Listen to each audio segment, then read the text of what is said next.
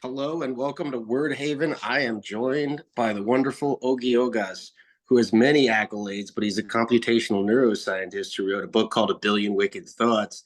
And Ogi, you just mentioned that you have a book on talking to extraterrestrials?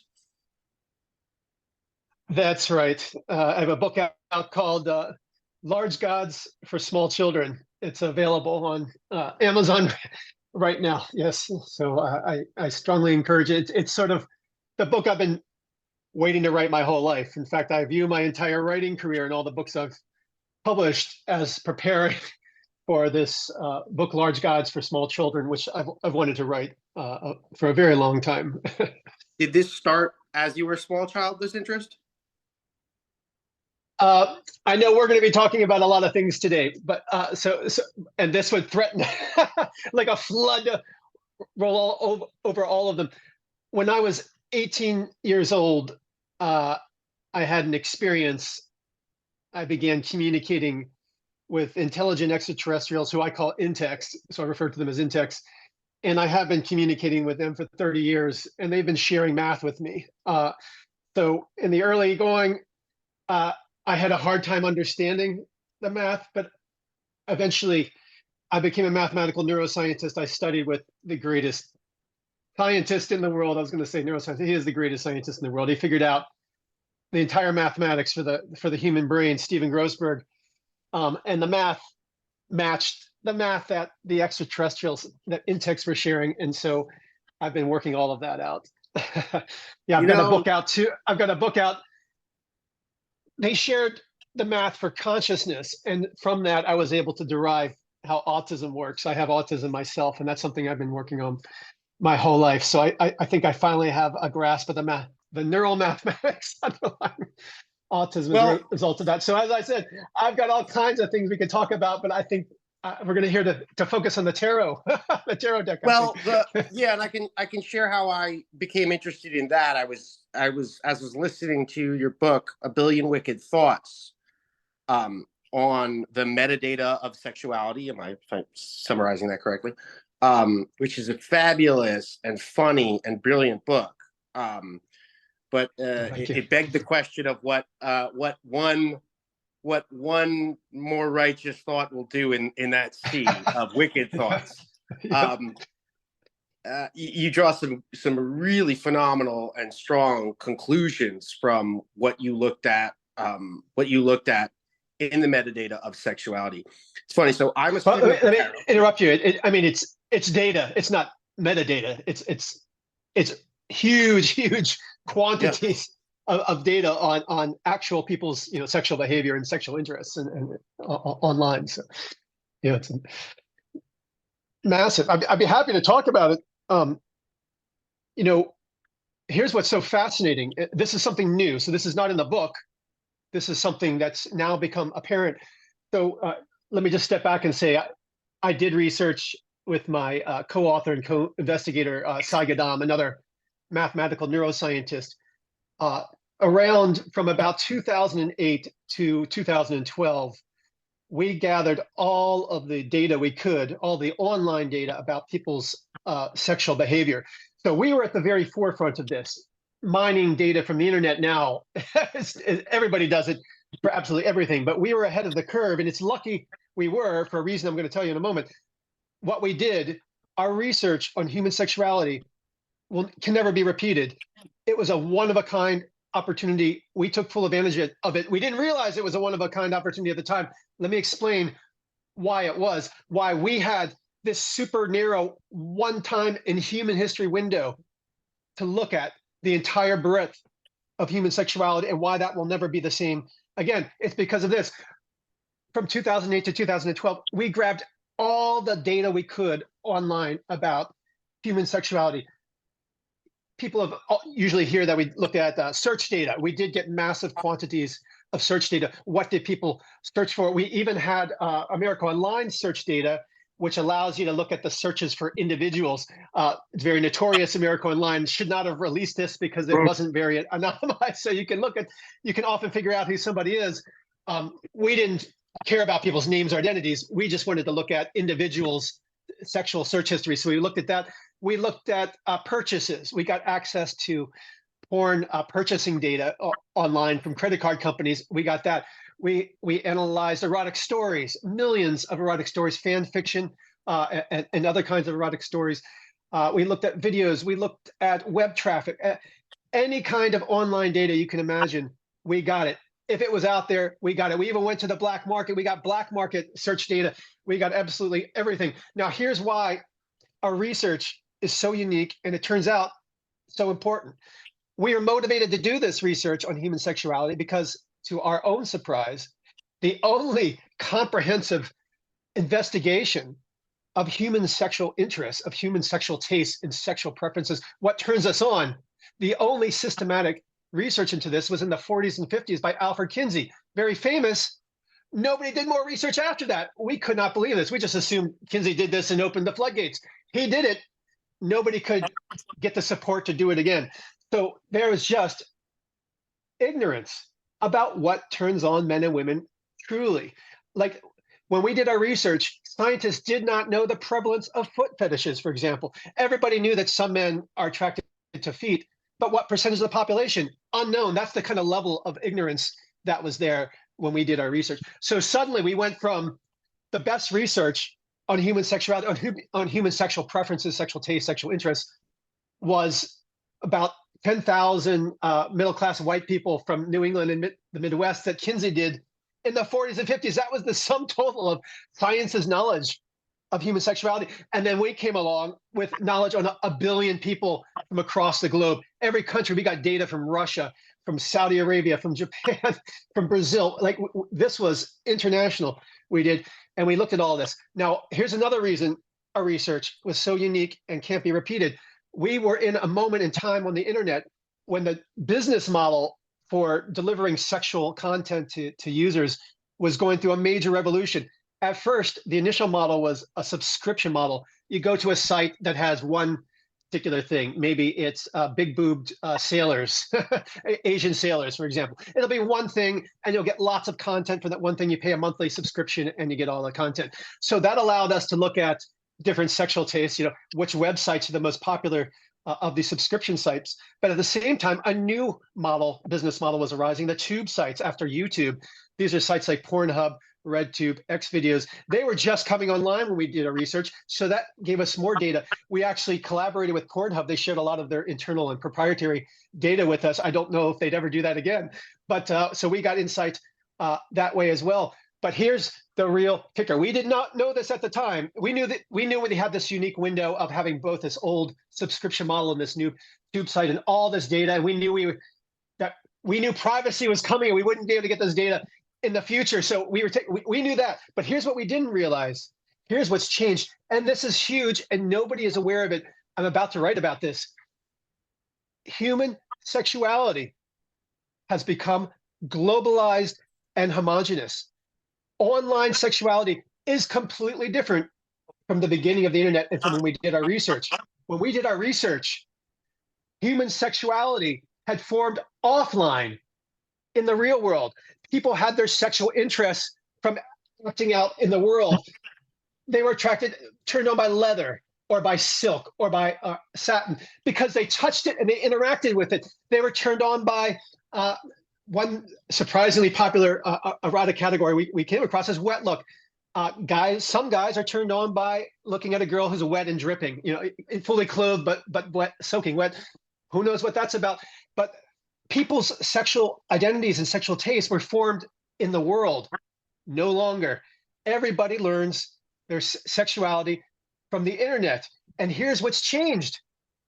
The online sexuality has become incredibly homogenized and commercialized. When we did our research, our book was originally called Rule 34. Rule 34 was a meme. If it exists, there's porn of it on the internet. That's Rule 34, because every sexual taste was there on the internet when we started our research. I remember there was an erotic site for falcons. Nude falconry was a site. Fart Fantasy was the very first, when I did my research with Cy, the very first website I did as part of the research that I looked at was Fart Fantasy. And I said, was oh boy. dragons having sex with cars around this time? There was both men and women sexually aroused by cars. some men we found did have sexual encounters with cars, as a matter of fact. But all of these sexual identities formed in the world, and it was diverse. It was wacky. It was really interesting, and that's what we focused on: is all these different sexual tastes and distribution. It's all Yeah, and changed now. your It's book all is incest and step brothers and stepfathers. It's become this incredibly narrow, homogenous sex, and it's worldwide. Japan so to Africa, everybody's looking at the exact same sexual stuff now, and it's changed. Everybody's sex is converging on the same kind of thing now. It's a very, very huge human phenomena that nobody is really talking about yet. yeah, so this brings up a question that I did want to ask you, and I'm not proposing these as moral ideals necessarily.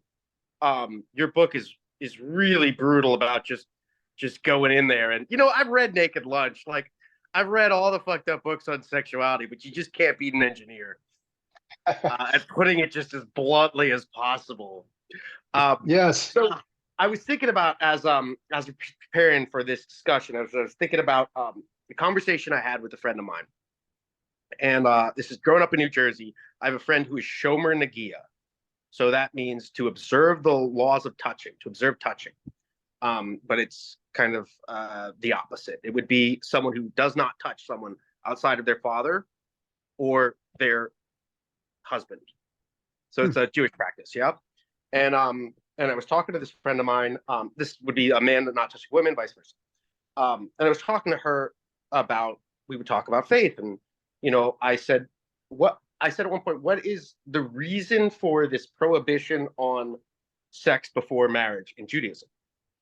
And she said, well, there is no sex before marriage in Judaism. Like, it's the same idea. So that's a really interesting idea to me, because it takes this. So to clear, the idea is that you can't have sex, or even if you have physical intercourse, it's not considered sex. That's really clear what you. If you have sex, it is marriage. I see. Yeah. So this seemed to dovetail into this idea that you pose about how the male sexual brain is wired to those initial experiences, which back in the day, for better or worse, for various reasons, would have happened through very young partnerships. Now it's happening. Physical. Yeah, physical partnerships. Now, you mentioned in your book how then there was a later phase in American culture and maybe other cultures where sex was supposed to be reserved till later, but it was done secretly earlier in the development of young people. And then the phase now where they're cutting their teeth online. Yes. So it seems like the male sexual cues are so wired to that initial touch. Yes, male sexual. One of the big findings: male sexuality and female sexuality are very different, and they need to be. We need to fit together in these roles. Across the animal kingdom, there's different roles, but so the male sexual brain is quite different than the female sexual brain. And as you pointed out, one of the things that's different about the male brain is that we imprint. It's a lot like language. Language, there's what's called a critical window when we're young, age 1 to 6 or 7. It varies from person to person exactly, but there's a window when we learn language very easily. We just soak it up. But then as we get older, it becomes harder and harder to learn a new language. Sexuality for men, the same thing. When we go through puberty, so people are going through puberty earlier. So I don't know, 11, 12 now. But I don't actually know the latest numbers. I know it's moving forward, but somewhere from 11 to 15, as guys go through puberty, they have early imprinting. If your first experience is with a girl wearing a silk dress and you feel that silk, there's a high chance that silk might get stuck in your brain forever. If that girl had large breasts or small breasts, a big butt or a small butt, whatever the detail was, there's a good chance that specific detail get locked in a guy's brain and just stick there for life. Women's brains much more flexible and adaptable, designed to change and evolve, but guys' brains the opposite, try to imprint, and then it's mostly stays the same. I mean, there's a little change as we get older, and a little flexibility, but most guys don't have a radically new sexual identity, at age 40. unless they're repressing something all their life. Go ahead. Yeah.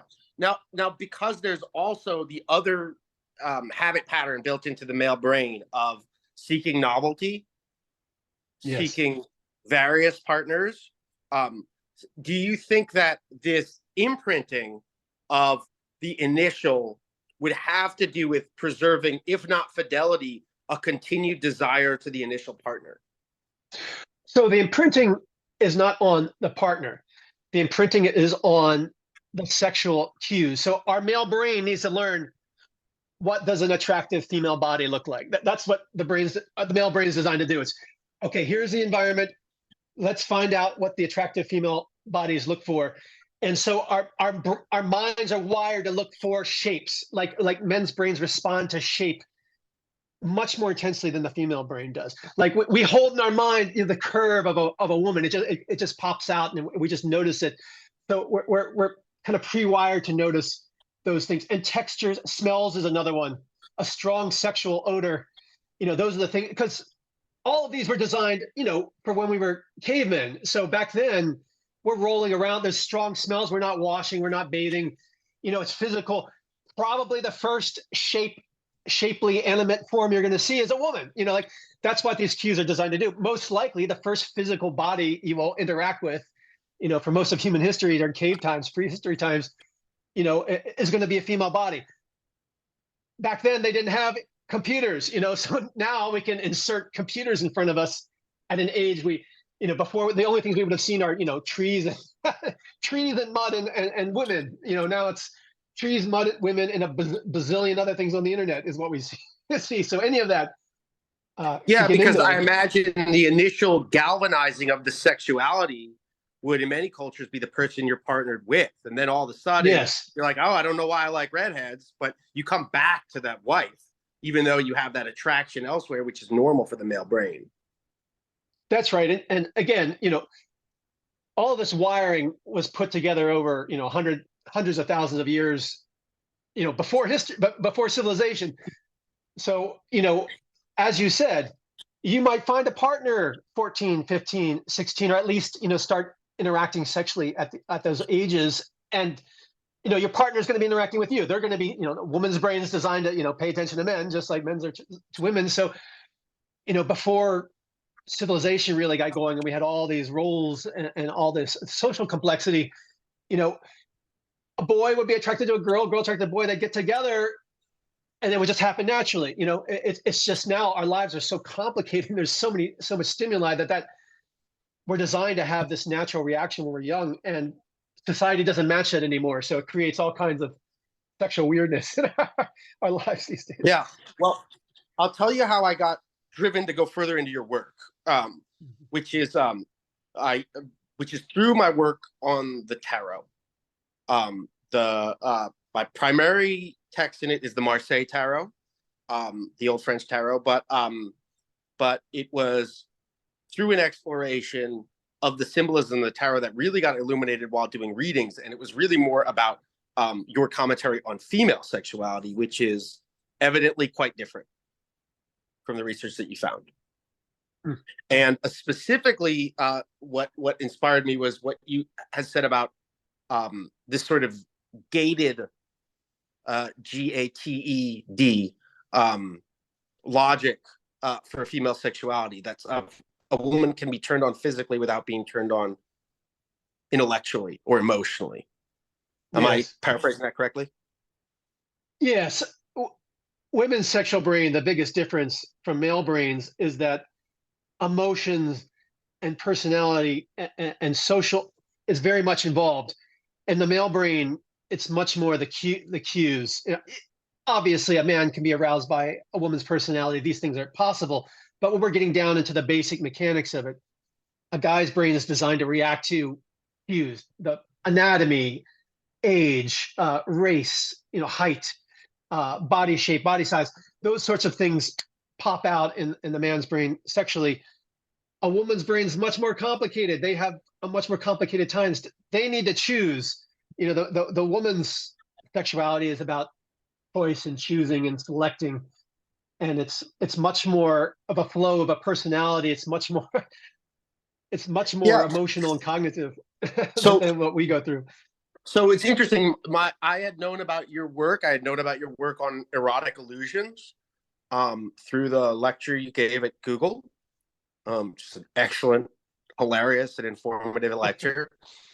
Um, and I'd known about the imagery in the Marseille Tarot through Hodorowski's interpretation, which is very sexual and sees a lot of what do you call them? Sexual, erotic illusions. But they're quite different in the Marseille than the erotic illusions you're showing, which would be futa and things of that nature. That's one. Um, Yes. so I filed that away. What really popped up, though, was while as I was doing tarot readings, I was starting to see a trend in some women of an attraction waning in their relationships and it not having to do with something that an attraction would wane in a relationship for men.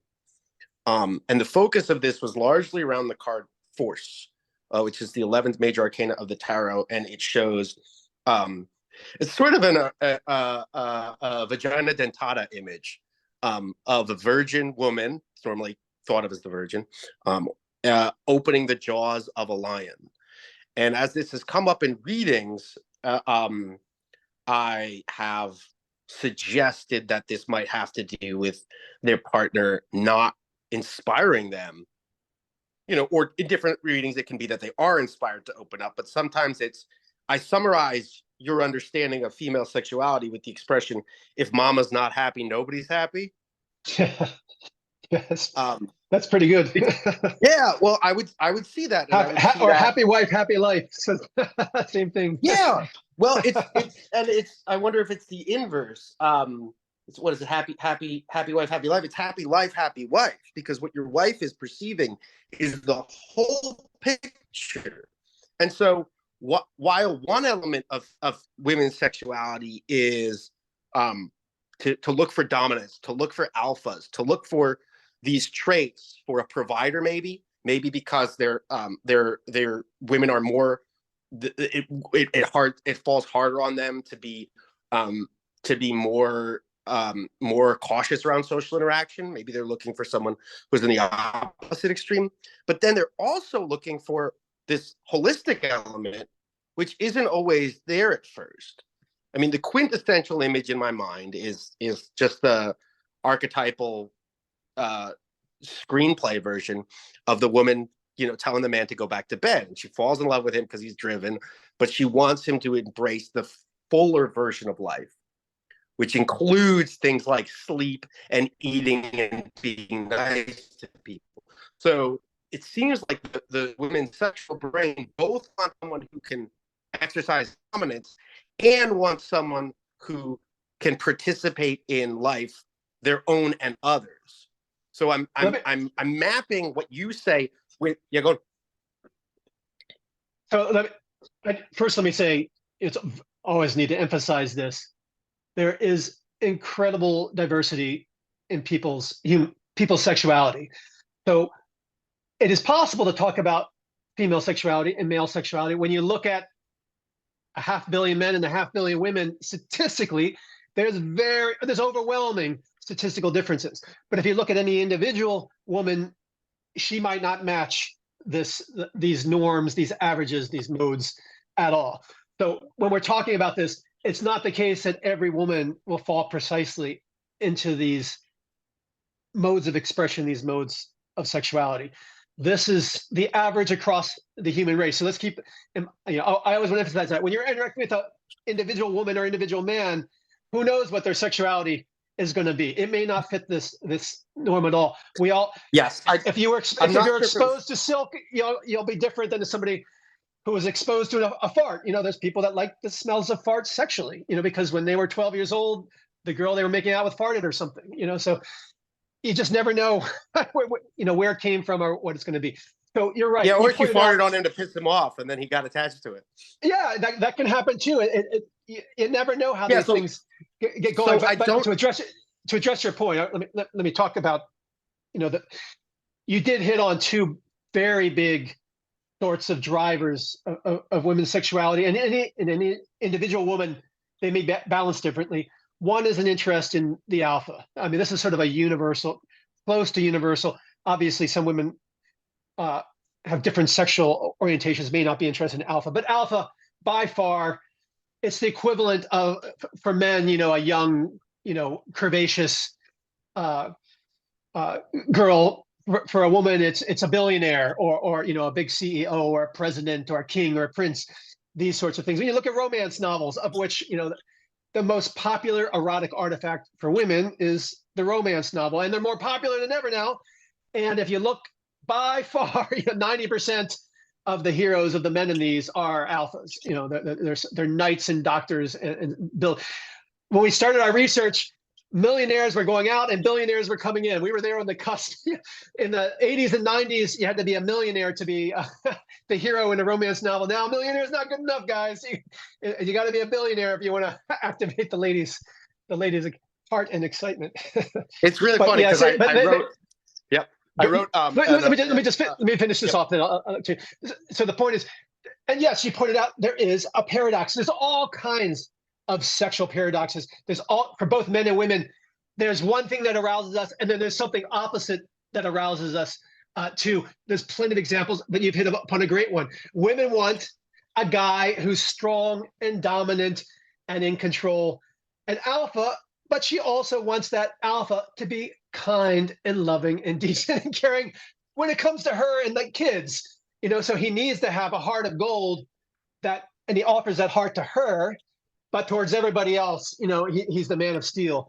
So that is, in terms of actually living a life in the real world, as a man, that's, how can you fulfill that, right? It's very difficult. We've got our own, sexual paradoxes too that we impose on women. So, it's you can't win. Being a guy, being a girl, yeah. You can't win. So I don't know if it was Dr. Kuhlman at Kenyon College or Karl Popper who said, generalities are just fine as long as they're not applied to particulars.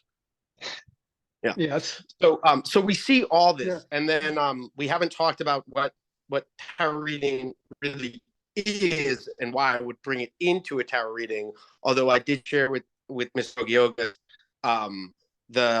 or is it Dr. Ogi Ogas, clip of Orson Welles explaining his one day as Dr. Swami, I think. Speaking of titles, Dr. Swami. And fabulous Dr. Swami, video. I've never seen that. And it's phenomenal. So after one day bored at a hotel doing readings for people, he sees this woman in a bright dress looking perfectly fine, and he says, "You lost your husband last week," and she burst into tears because she had. And then he said he never did readings again because it freaked him out. Although he did purport to have about a premonition about 5 times a year, so that lingering side effects. So not to get too far into the weeds of how tarot works, what is tarot? I find that I do try to, as I do a tarot reading, I don't mean to suggest that it is only Rorschach, not to be totally rational materialist about it, but I think that there is a Rorschach element to it. And I do think when I do reading, I try to, I've worked with some acupuncturists and as an assistant, not as a tarot reader. Well, that too, actually, but another story. I do try to do diagnosis, but then I look for confirmation, which good doctors often do. So anyhow, what I'm saying is that I would look at these readings and I would see what it seems to be saying is that there is a disconnect. And the disconnect is not my husband's not masculine enough, not alpha enough, although that might be a perceived response to someone who can't clean their room or can't get a job. Like those might be dominance cues, but they're also cues of this dissatisfaction with them on a deeper emotional level, which isn't the same as we're thought to perceive attraction becoming more stale. I think we see it in the normal male lens of, our visual cues have become less attractive, and go. Addressing the diminishment of a woman's attraction to a male, especially a male perceived as not being alpha. This is sort of an ongoing, this is kind of the defining sexual problem of our age. I wrote a book about this called Unlocking the Sexy and Surrender. I wrote it with a female sex therapist and Saigadam. And it's aimed at women who are losing sexual interest in their partner. And what we talk about is we don't live in a society anymore. It's been a long time since we've had a society where the man goes out and engages in the world in this masculine way, fighting the lion.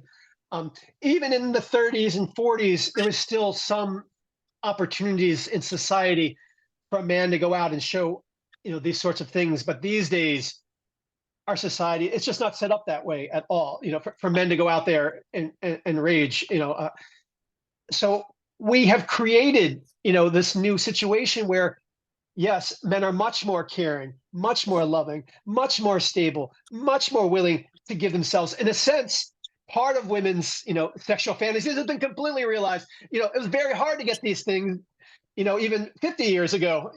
Now you can find men who genuinely care about a woman, her life, her feelings, her dreams, all of this in a very genuine, intimate, practical way. This is a big change, but the cost of it is, it's hard to be an alpha. It's hard for a man to be this stereotypical masculine that women, are wired to have fantasies about. And so this is the conflict of our modern times.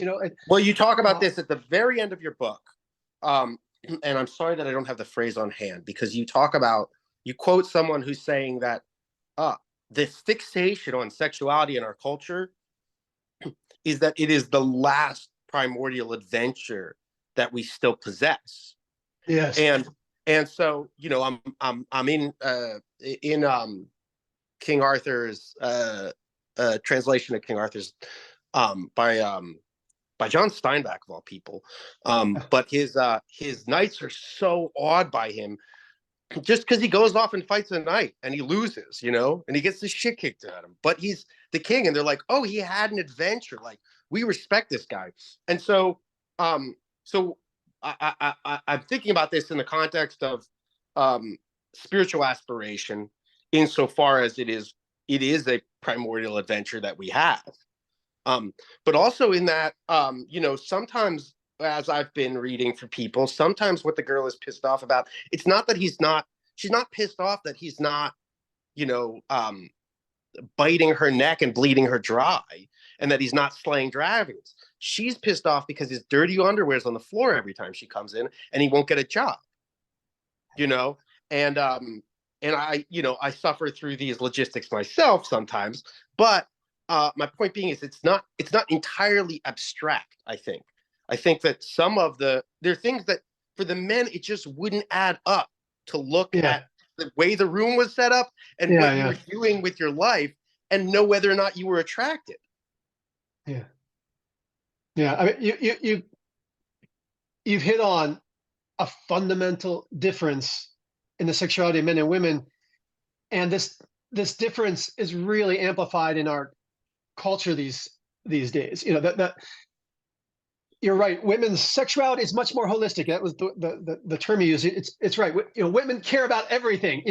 To get aroused, it's not just, is the guy good looking? It's, how's the guy walking? What's the temperature of the room? What music's playing? All these things can have an effect. You're right. And so, having dirty underwear, I mean, a lot of women will find that hard to get past.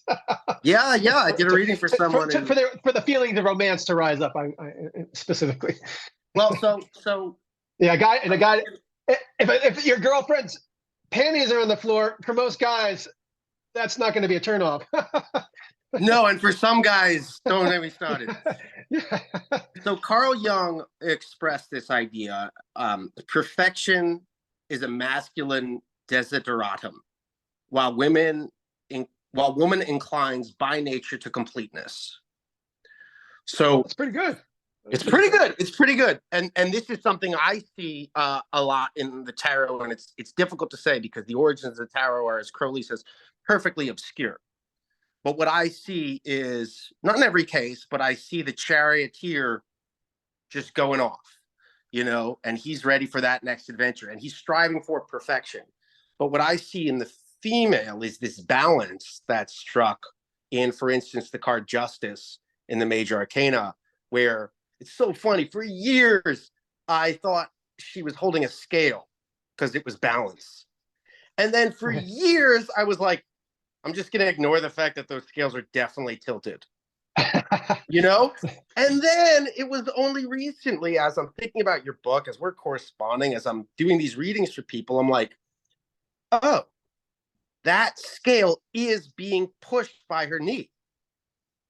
And in her other hand, she has a sword.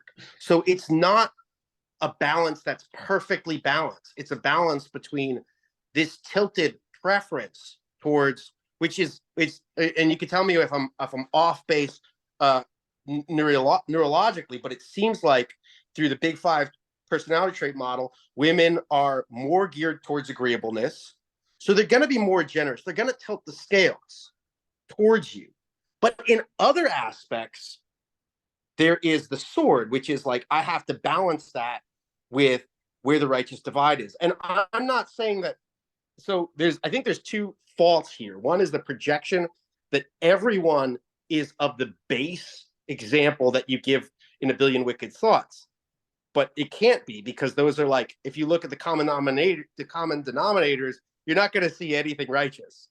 And then if you project only righteousness at your partner, well, you're dealing with an abstraction and a fantasy. So what I'm seeing these in what I consider the sacred imagery of the tarot, and then I'm seeing how this could relate to people who have to decide in their daily life: do I use the scales that I know I can press, and I know I can tell, and I know I can cheat the paper, but where's the sword come in? And for partners, I think that's often, and that's another thing I wanted to ask you, which is like, it seems like some of this female interest in dominance and aptitude and admirable qualities is also because women are wired for long-term attachment.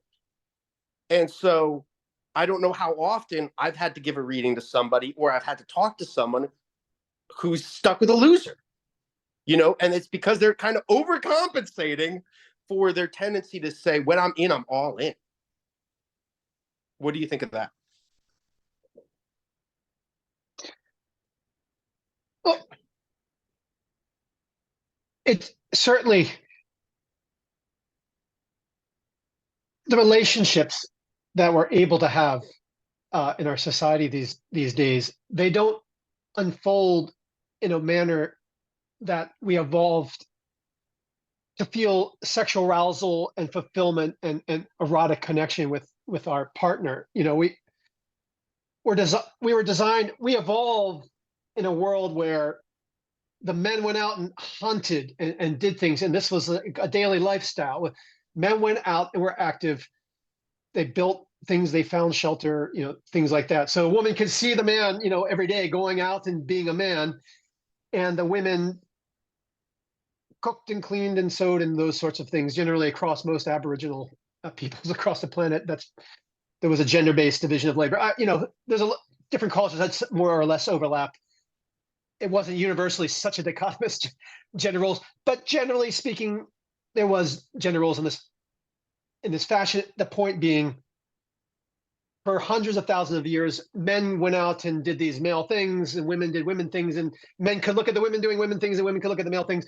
And so we were all constantly getting the sexual and relationship hits that our brains were expecting. Women were like, yep, he's the man, sure enough. And our men were like, yep, woman, sure enough. Now the roles that we inhabit in our lives, it's much more domesticated. Everything in our lives is domesticated and managed. And it's not giving off those cues. Women aren't seeing the cues. Like you said, guys with a loser, it would have been harder to be with a loser in the past, easier to separate him or not be part of him.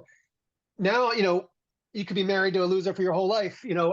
It's a very different, the social relationships that society is imposing on us are putting us into positions where our brains aren't getting those sexual and erotic and romantic satisfactions that we're looking for. And then we blame our partner. This is the worst part, is that so often we get mad at our partner and we think our partner's failing us, but our partner's limited by what society allows us. And personally, I think the solution is understanding this. I mean, that's why I write my books, and that's why I talk about it, is like, the fact is, for men and women, we have sexual urges and interests that are rooted in these deep, old far before history. And it's just, we like what we like. Guys like looking at bodies. Women want to, want to be talked to. They want to be, seduced. It's just how we are. And society limits us from getting those things in certain ways, and understanding that and working with it. You can create, once you understand it, if you've got a good relation with your partner, you can create situations, you can invent situations to allow you to each be the sexual persona you want to be, or relate to each other in that ways. I mean, it takes some effort, but the key is understanding what's going on. What happens so often, I mean, this is why I wrote Unlocking the Sexy and Surrender, because I and my co-author, who's a female sex therapist, was seeing this in her practice. Just so many women dissatisfied with their male partners because they were feeling that their man wasn't being masculine enough. And that's so hard for a man to hear. And that, obviously that's like acid on a relationship.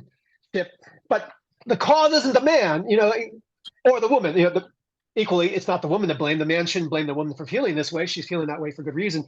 But if both can understand what's going on, then you can take action to kind of change things up, maybe, or reframe the situation, or help one another relate to each other in new ways. But the key is education. The key is understanding what's going on, and that it's this deep biological, mental thing that we have little control over.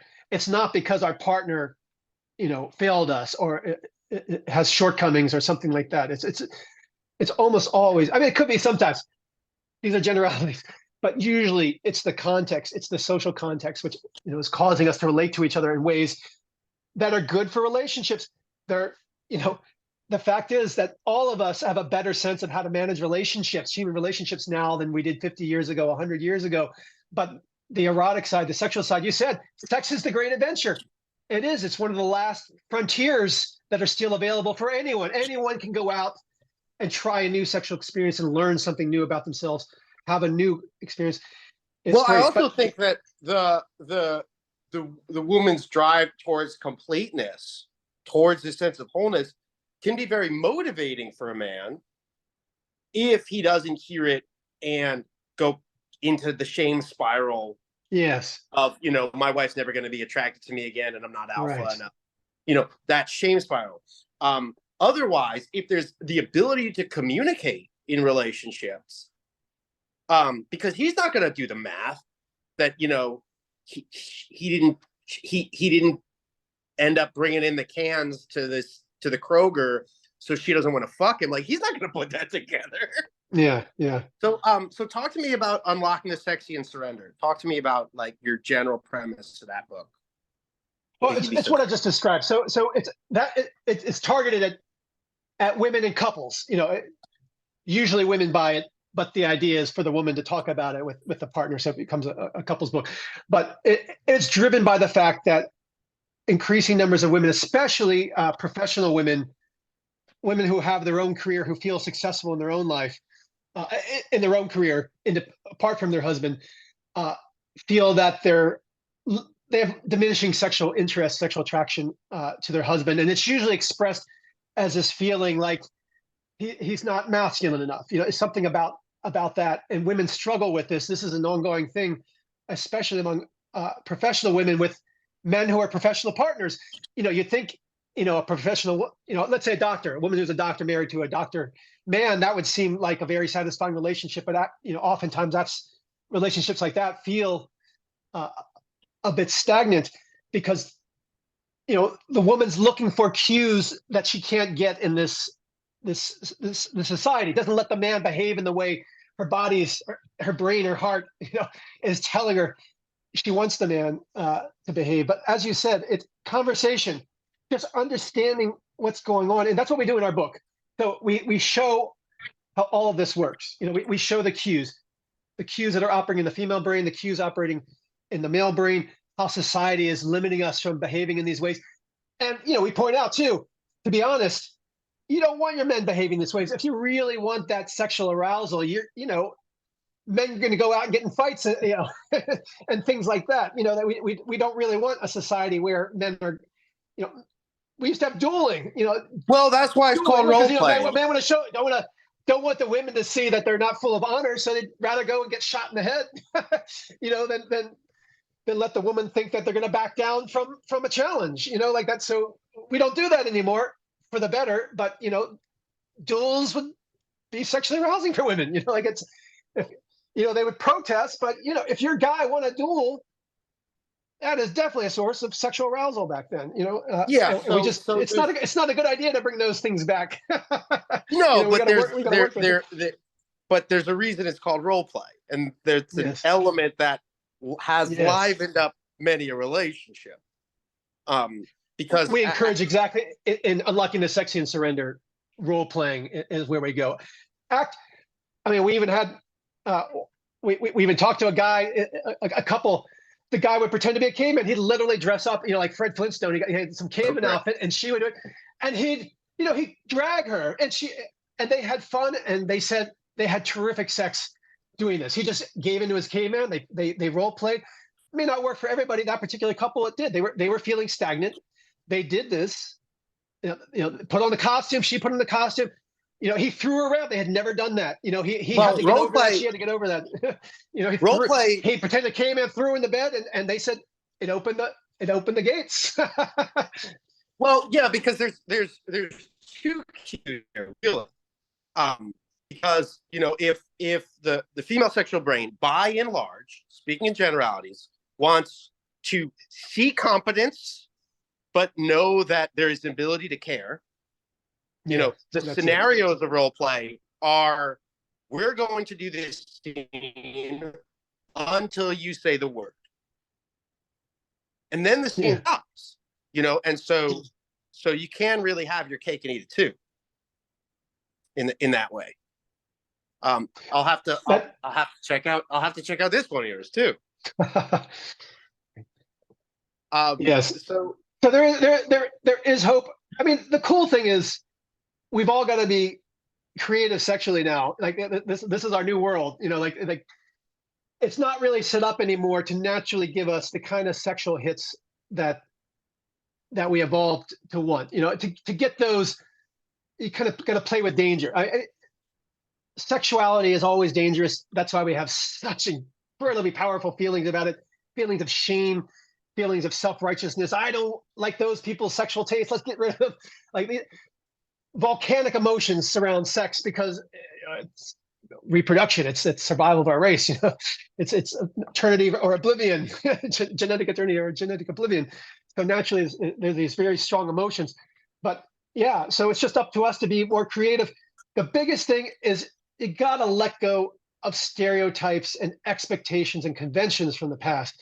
We are so burdened by gender roles and sexual expectations and all this stuff from a time before we actually knew what was going on.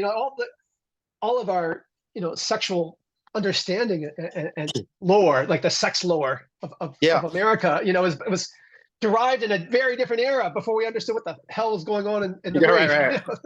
Well, I started the website lifecoachfemdom because I was amazed to see, as everything transitioned to the internet, like you're saying, I was amazed to see how much things that had existed in very defined roles, like you mentioned in your book, what's really old guard was that that someone would become a top by being a bottom first.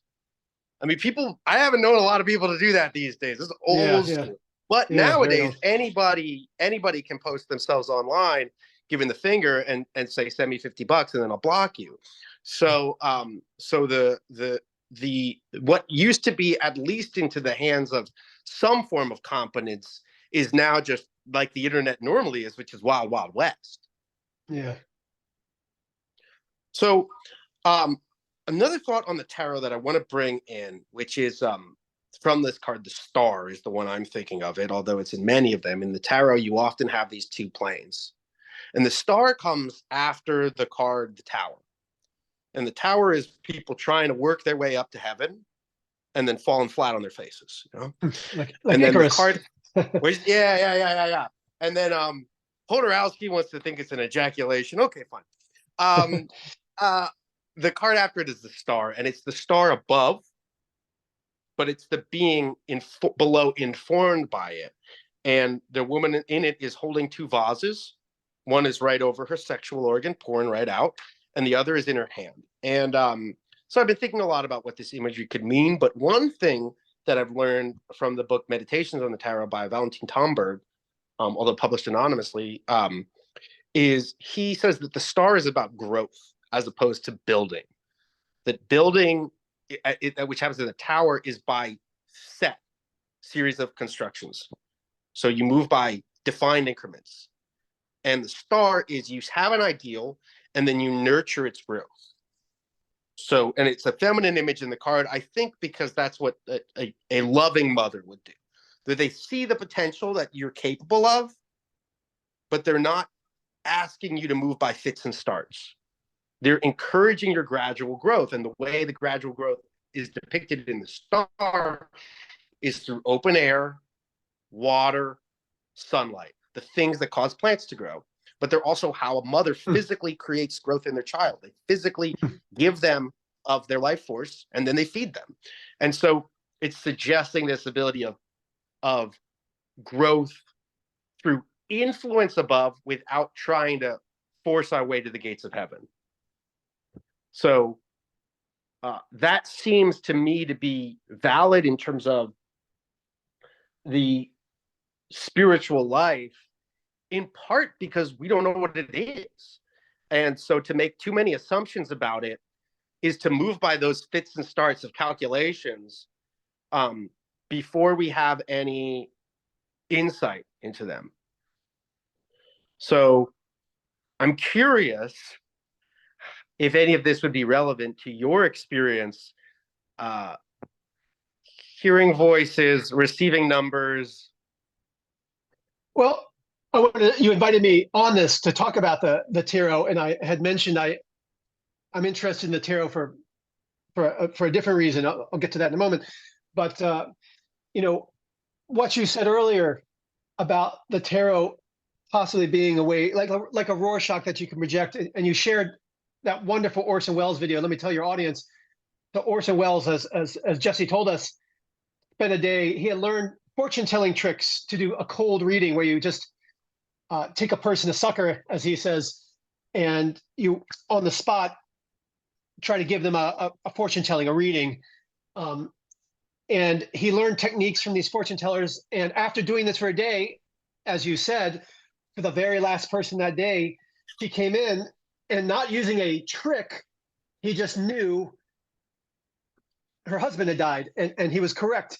And he didn't interpret this as him developing mystical powers. He said it's because you start to develop a sensitivity. You're picking up all these holistic cues. You're not even consciously aware of what it is you're noticing.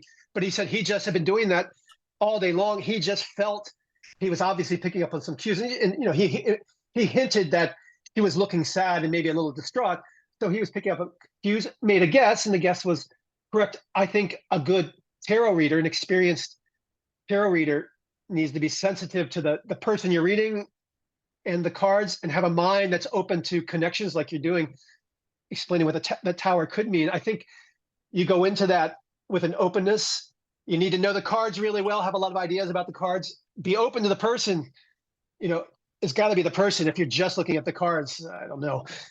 Yeah, but if you're open to the cards and the person and how they're interacting, I think you can find something. It's a psychological nexus, So I think that people are hesitant around tarot readers, and for good reason. And in part is because if somebody is telling you something that means nothing to you, who you don't know, by looking at a couple pieces of cardboard, I mean, maybe you should be skeptical. So for me, it's like a question of, as a friend of mine says, where does it hurt? Like so I'm looking for confirmation, but sometimes that confirmation will be negative. Like, I don't know, why the fuck are you bringing up my father? It's like, oh, okay, that's why, Yeah. So sometimes the confirmation is that, but yeah, you shouldn't necessarily trust a complete stranger with this hobby that you don't know whether or not they have anything with them. I mean, it in the broadest way, although I'm nowhere this, but there's a saying, I think it's of a Tibetan Lama, which is to find a false disciple is bad, to find a false guru is a disaster. Yeah. Yep. So I think I'm learning a skill in the tarot, prayerfully, hopefully, but you don't know that, and I don't know that. So what I want to know as I'm doing a reading is any of this resonating? You know, like a doctor will feel your arm. Actually, I was listening to Liu Ming, a recording on the Wisdom Science Institute, talk about a guy whose job was he would extract lungs, and he would do about 4 a day. And he said he wouldn't diagnose. Someone else would diagnose, and then he'd just pop in there and take out a lung. So yeah, I think the diagnosis element is really important. Now, it's funny that my orientation towards the tarot is slightly different, which is that I look at the tarot cards as a kind of sacred art. And I think you can use the word sacred in two ways, meaning that it's divine or it's, you know, inspired or et cetera, et cetera. But we could say it in a more personal way, that it's sacred to me and it's meaningful to me. So part of what I receive from the tarot isn't just in readings; it's in contemplation of these images. And so what I've been in the study group, I have a discussion series through the podcast, A Cult of Personality. We are looking at these two cards now. We've looked at the Tower and we've looked at the Star. And so to me, this has to do with how it's funny because the Tower has a lot to me has a lot to do with the use of numbers in the Bible. And the idea of, like, as I said, proceeding through these fits and starts as opposed to being influenced by things. Because I think it's, you know, I was thinking before we spoke of the Aristotle quote. He says, to exist outside of polis is to be greater or less than a man. So, you know, you see a psychic, they might know nothing, and they might just be mad at their father and then give you a terrible reading, you know, or they could be divinely inspired and you don't know, you know, provided you believe in that range of, provided that range of phenomena exists, I should say. But the point is, you don't know. So when we are dealing with these inspirations, or what we perceive as inspirations, you know, we're existing outside of the standard way of proceeding in human life. And so that can be very, very disastrous or very beneficial. I agree with all of that. I mean, you know, when you're doing a tarot reading, if you're doing it honestly, not as a huckster, if you're doing it honestly, it's a collaboration, right? It's your mind and the mind of the person you're doing the reading and the cards. And so the more passion you bring to it, I'm a big believer, if you bring passion to anything. So if you're bringing passion to the cards and their meanings, like if you're responding to the meaning, like you're doing here, what is the Tower? What are these images? What could they mean? How could they relate to the people? If you're doing that with care and passion and excitement and trying to learn something and trying to help people, if that's what you're bringing to it, then I think you have a chance when you're doing a reading. If you're doing a reading with a person who's also involved and open to it, then you can create kind of a psychological space where there's an opportunity for yeah. As we talk about the Star and the influence of the stars, we'd be remiss not to talk to you about this experience you've had and this book you've written. Sure. Let me talk about that a little bit. So when I was 18 years old, I was at MIT, and I had an experience. I communicated with intelligent extraterrestrials, who I call Intex. I've been communicating with them ever since, more than 30 years. They've been sharing math with me. They shared math from the start. It took me a long time to be able to understand the math. They told me to go to Boston University to study with some mathematical neuroscientists there that had worked out how consciousness worked, the mathematics of consciousness. And they were working on that while I was there. They finished figuring it out. And so these extraterrestrials I've been spending my life working out the math. It's math for consciousness, self-consciousness, language. Okay, what do you mean math for consciousness? So I mean, you're a computational neuroscientist, so I can't imagine you're using that term lightly.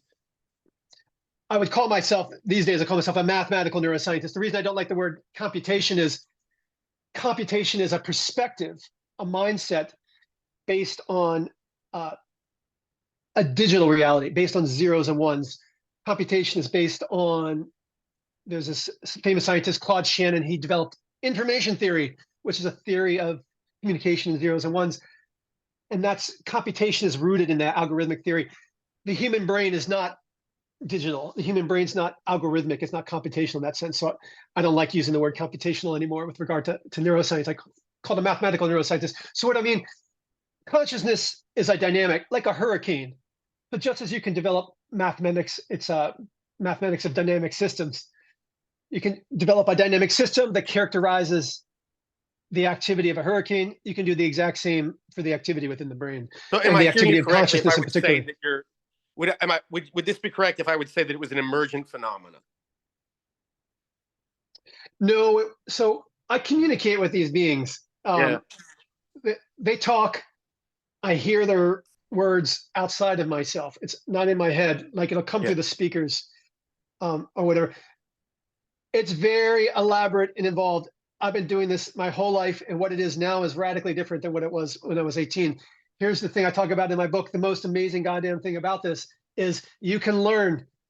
I have learned my knowledge of all of this. You know, I've been climbing a ladder for more than 30 years now, and it's brought me to a place of joy and love and connection and understanding where I can understand and see so much. So it's been a wonderful, amazing experience. And you know, it's all accelerated as I've gotten older. It's gotten easier to think, easier to communicate with them. My understanding is much more clear. I'm able to integrate far more aspects of physical reality. So why? It's beautiful, and I can see your passion about it. So why do you say extraterrestrials, and why do you say Intex? What do those terms mean to you? So I use the term Intex to describe these entities. And in a way, it's sort of an agnostic.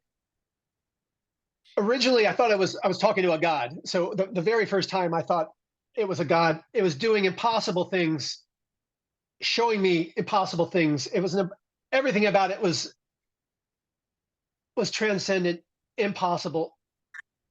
Unlike any, it was like a phase shift into a whole other reality. Okay. And so I was a teenager. I didn't know how to cope with this or how to make sense of it. I thought it was a god. So for roughly a decade, I thought these beings were gods, not the god, a god. And okay. And was this display photic and phonic? Was it sound and sight? Were you seeing things? Were you hearing things? It's very complicated. The original draft of my book was 500,000 pages. Now I'm splitting it into multiple books. Man. Yeah. It's very complicated. But basically, in the early going, I enter this space. I call it the maze of souls. It's corridors and doors, endless corridors, endless doors, corridors curving. They go up, they go down, they spiral, and portals. Usually they're black as night, black as coal, black as the void, and they have a shimmer around the edges. And so you go through these corridors in the maze of souls and go through these portals. And most of the time you go through a portal and you just end up in another corridor. It's very inhuman. It's not a pleasant place to be. It's not designed for a human mind, the maze of souls. But sometimes in the maze of souls, you find a room. You go through a portal, you're in a room, and then once you're in a room, you can communicate with one of these, with an Intex. So that's how it was for the first 10 years. They showed me a more efficient way to communicate with them. And so now I do it by a different method. Okay. So all I can emphasize, I mean, this has been my life. My entire life has been devoted to figuring this out. My book talks about this. You know, I went from program to program, trying to find the math that match. So from the starting when I was 18, one of these Intex, I call it 5. I called it the God of 5 originally because I thought it was a god. The way they were presented to me were numbered. I don't know if the number has any significance. Like there's always a communication issue. I think they were using numbers to make it easier to distinguish. I don't really know, but the main one I've communicated with all my life is 5. And from the start, 5 gave me these visions, mathematical visions. So I would go into this higher state of consciousness, and it would show me math. And it was math about reality, but it was especially math about the mind. It was math about thought, cognition, and consciousness. And I could start to make sense of it. And I wanted more than anything to map that onto human math. I thought if I could just do that, it would no longer be some supernatural thing. I'd bring it into reality, and I did it. Yeah. It's fucking amazing. I cannot, I mean, I'm talking about this. It's amazing. I talked to extraterrestrials. They gave me the mathematics for so much of the mind, including consciousness. Autism. I figured out how autism works, the neural dynamics, the source of autism from this. So it's incredible. And I'm writing about it and talking about it, as you can see. Wow. So, okay. So My hope is to help other people communicate too, but it's really terrifying and horrifying. So that's a caveat, is that it's the most terrifying thing you can, it's terrors beyond what we experience on Earth. You know, torture, you know, having your eyes carved out would be less frightening than the kind of stuff that I had to go through. I don't know if everybody will have to go through it. You know, I'm trying to find a way to make it easier for others so it doesn't have to be as horrible as. Well, it is. We were talking about adventure earlier. Yeah, adventure. It sure is that. It seems like you're having one of those. Yes. Yeah. Yeah. When I venture, there's risk. And talking to Intex is full of risk. Okay. It's lethal. So I sent you a draft of my forthcoming book, The Walled Garden of Tarot, which is a lot of exploration of number, form, and name in the Hebrew system of the letters and their correspondences to the major arcana of the tarot, which is my own system essentially. There's plenty of systems that correspond Hebrew letters to the tarot, but the systems are basically through Western esoterica, and they sort of get these like chicken nugget size versions of the understanding of the Hebrew letters. You gotta make it personally meaningful to you. So I'm all for that. I mean, you got to connect it with your own soul. You know, like the things that are just activating you. Well, I will say this: you're trying to derive meaning and do a reading. So if it's not connected to your own heart, you know, your own spirit and passion, then yeah, it's not. I haven't received the knowledge of the meanings of the Hebrew letters through direct transmission. But I will say this: I have studied the meaning of the Hebrew letters through rabbinical literature, and it's beautiful. And I find its beauty, and I'm trying to communicate its beauty. And so that's in my book. And then recently, actually inspired by talking to you, I sort of put together this preamble to it that involves the meaning of the 5 colors in various systems, both Western and Eastern. So it's interesting talking to you right now about 5 and what that would mean. So you've had confirmation, so to speak, of some of this in the various work you did. It's not only in this epic tome you've written and then maybe serializing. You've also had it confirmed through other areas where you were doing research. You found that these tools have been practical in your mathematical neuroscience, is maybe the term you use, something close to that. Yeah. So pretty soon after this, the first few years after contact, I was out of my mind because I did not know what to do with it or what happened. I got thrown out of MIT and was dealing with that. I got committed to a mental institution, as you can understand, and that was a wake up call. Like, whoa, well, this is. I was at MIT, a month ago, and now I'm, committed to a mental hospital for psychosis. Okay. Actually, so that formed my life. But I knew what had happened to me was real. I understood why MIT threw me out, and I understood why I was committed. Like, that made sense to me, but I knew they did not understand what was going on. And also this was around 1990, so psychiatry was. I mean, Freud was still, a player in psychiatry back then. So psychiatry was in shambles. Couldn't have helped me under any circumstance anyway. But that experience shaped me, and I spent my entire life pursuing it. All the books I've written, every book I've written has been related to Intex in some way. Billion Wicked What Thoughts, is my that? book What is about that term a sexuality. paraphrase of? Intelligent. Well, it means a lot of things. It doesn't mean one thing. Intelligent extraterrestrials is what I usually say, but it's not. That's a very convenient mapping.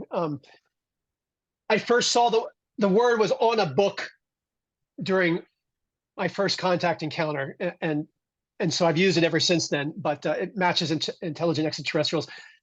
It's also, I call them Intex even when I thought they may not be extraterrestrials as well. But I use it. It's specifically the things I'm communicating with. I refer to those as Intex because I don't really know exactly for sure what they are. But Sure. anyway, yes. So my whole life, I went to many graduate schools. I went to many schools. I was thrown out of 5 schools, 5 colleges, for different reasons. But the whole time, I was laser focused on understanding Intex. And like, So I it kept wasn't dropping it wasn't because you were talking about this that they gave you the boot? MIT did. Yeah, MIT. I told everybody. When this first happened, I thought it was the most amazing, incredible thing. I thought everybody would know. Hey, we can talk to the aliens. Let me show you how. So that got me a quick trip to the dean's office at MIT. So the dean of student affairs at MIT, I was sitting there, and I told him all of this with complete enthusiasm. It's kind of hilarious because, like, I genuinely thought he'd help give me MIT resources to explore this. Wow. I even remember, a line I used, I think that sealed my fate, was I said, at the time, Indiana Jones, the Last Crusade, that was the latest movie. It had just come out, and so I was like, this is as momentous as the discovery of the Ark of the Covenant. So I said that in that, as a 17-year-old having spoken to aliens, to the dean of MIT. I said that, and that got me a quick, the boot from MIT and a trip to the mental institution, Shepherd Pratt, Well, down in Baltimore. That's very interesting that you say that. Just a strange coincidence, because the piece I'm working on now, it's called Be Not Afraid. I joke that it's a vegan horror movie, but it is written for all these incredible vegan activist actors.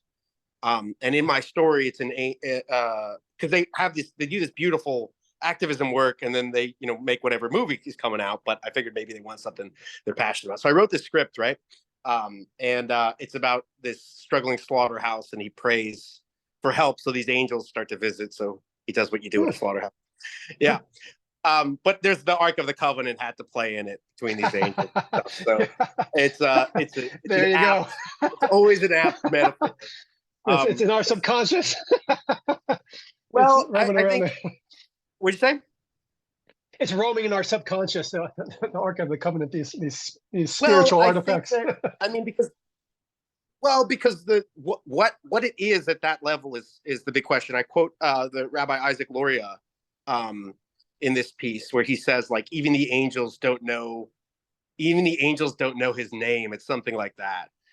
Because it's like, well, where you're trying to find the highest, where do you point? Extraterrestrial is an interesting term. I think about the term in the exchange between Mulder and Scully, where she's like, that doesn't mean it's a UFO, and he's like, unidentified. Like, I think that fits the description, Yeah. So it's hard because I don't know if they gave you the location of where they're from, or if it's locationless. Yeah, it's a mind thing. It's a very different conception of extraterrestrial intelligence than we get from the physicists. Like Carl Sagan's fantasy of completely unproven, bogus fairy tale fantasy of extraterrestrials, which have never been found, is very, very different from my actual real world experience with them. So I have a question about this for you, and you can decide if you want a tarot reading, or if we have enough on our plate right now. We are wrapping up in 30 minutes. We were wrapping up at 90 minutes from the start. Yes. In agreement with Hitchcock's idea that the movie should be the length of the human bladder. Yeah. So what I'm wondering is, I'd love for you to do. We could do another tarot reading some other time. That'd be fun. That sounds great. I'm fascinated to talk about these things. So what I'm curious about is, you have a very exacting rigorous, brutal analysis when you're being an engineer. Yes. It's beautiful. It's terrifying. Is that because you're inspired by this ideal so you could give a shit what people think? Or is it also that you can be just as exacting when they're giving you the math because it's the ideal? So it should be able to hold through scrutiny. Anything you throw at it, it should be able to endure. Jesse, you have asked an excellent question that I would love to answer. So, okay, bye.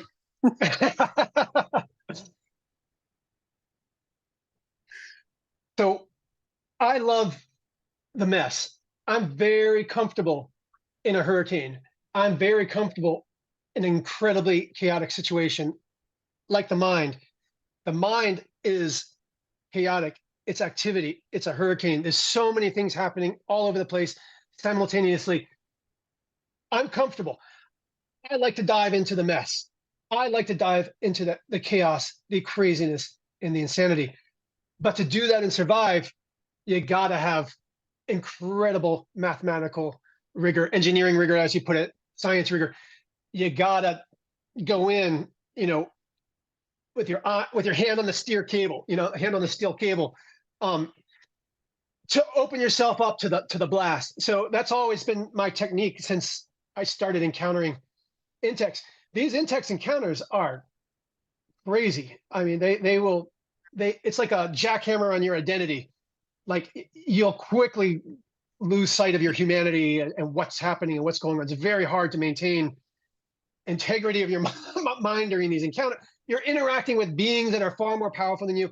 It's terrifying. It's tough. If you can't summon some mathematical rigor, it will tear you apart. So that's how I survived it. And here's a little tip. So for anybody, if you're talking to extraterrestrials, what I found is like the easiest way to hold on to yourself in reality is integers and irrationals. There's two classes of numbers, integers and reals. And if you just focus on the interaction of these integers and irrational, that's always what's held my mind together when I'm being flattened by the presence of these entities. But yeah, so this is also why the brain, it has been so hard for human science to get a handle on the brain.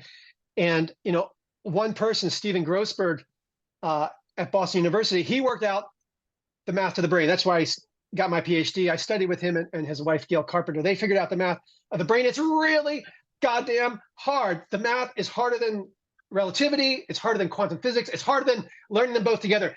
It's easier to learn quantum physics and relativity than to learn the math of the mind because it's incredibly hairy and messy and chaotic. But that's it. That's the game. If you want to understand minds and purpose and consciousness and these beings out there, they're out there. You got to have rigorous math. It's been terrible. I do not like math. I am not a mathematical person. I wanted to be a filmmaker.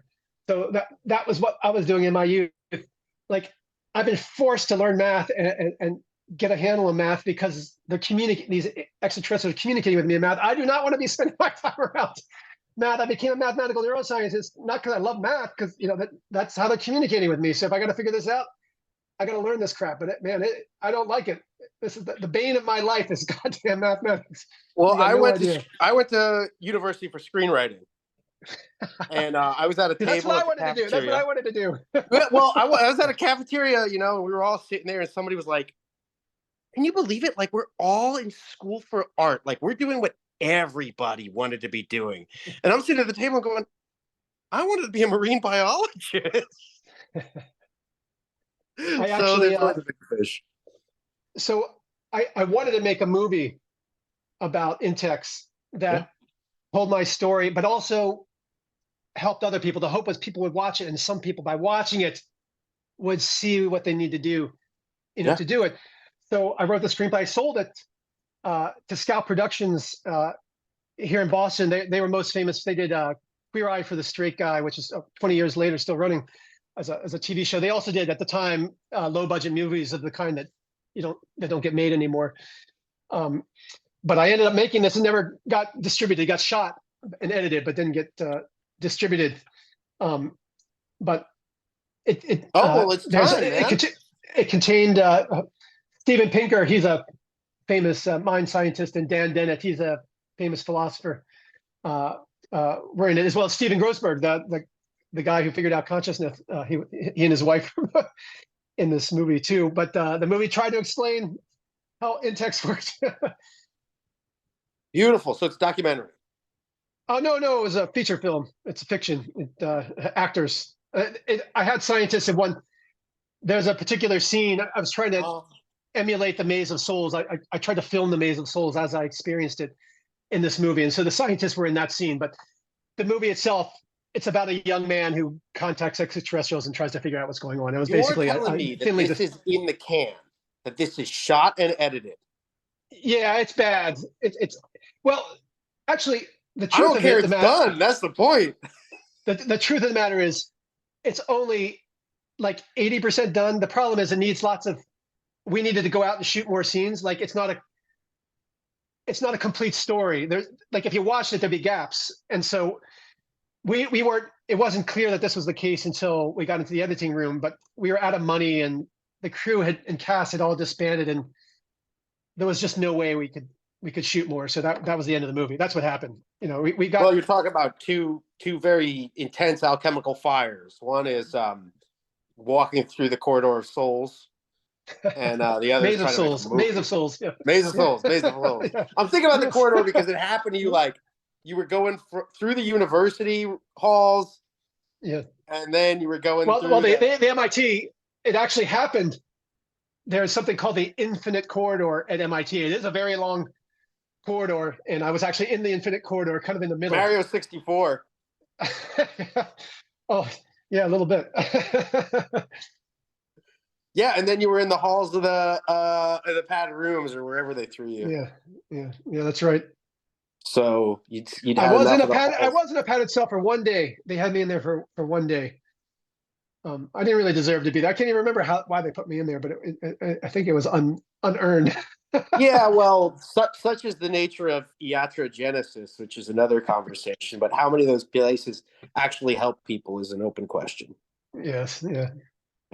All right. Well, you're on to greener pastures right now, I believe. Yeah, I got to get going. But Jesse, this was awesome. This was a fun time. If you ever want to have me on for a reading or anything else, it's a pleasure talking to you. So let's stay in touch. Absolutely, I'd love that. Sounds great. Yeah, and I'll look over your book when I get a chance and give you some feedback too. It's very wild. It's still being written. Still pacing back and forth while I'm working on Be Not Afraid. So, which is I think the mind for today. Well, good luck with both of them, Jesse. Thank you. Good luck at your 5,000 page tome and the next 3 movies. Well, thank you. Talk to you soon, I hope. Talk to you later. Bye.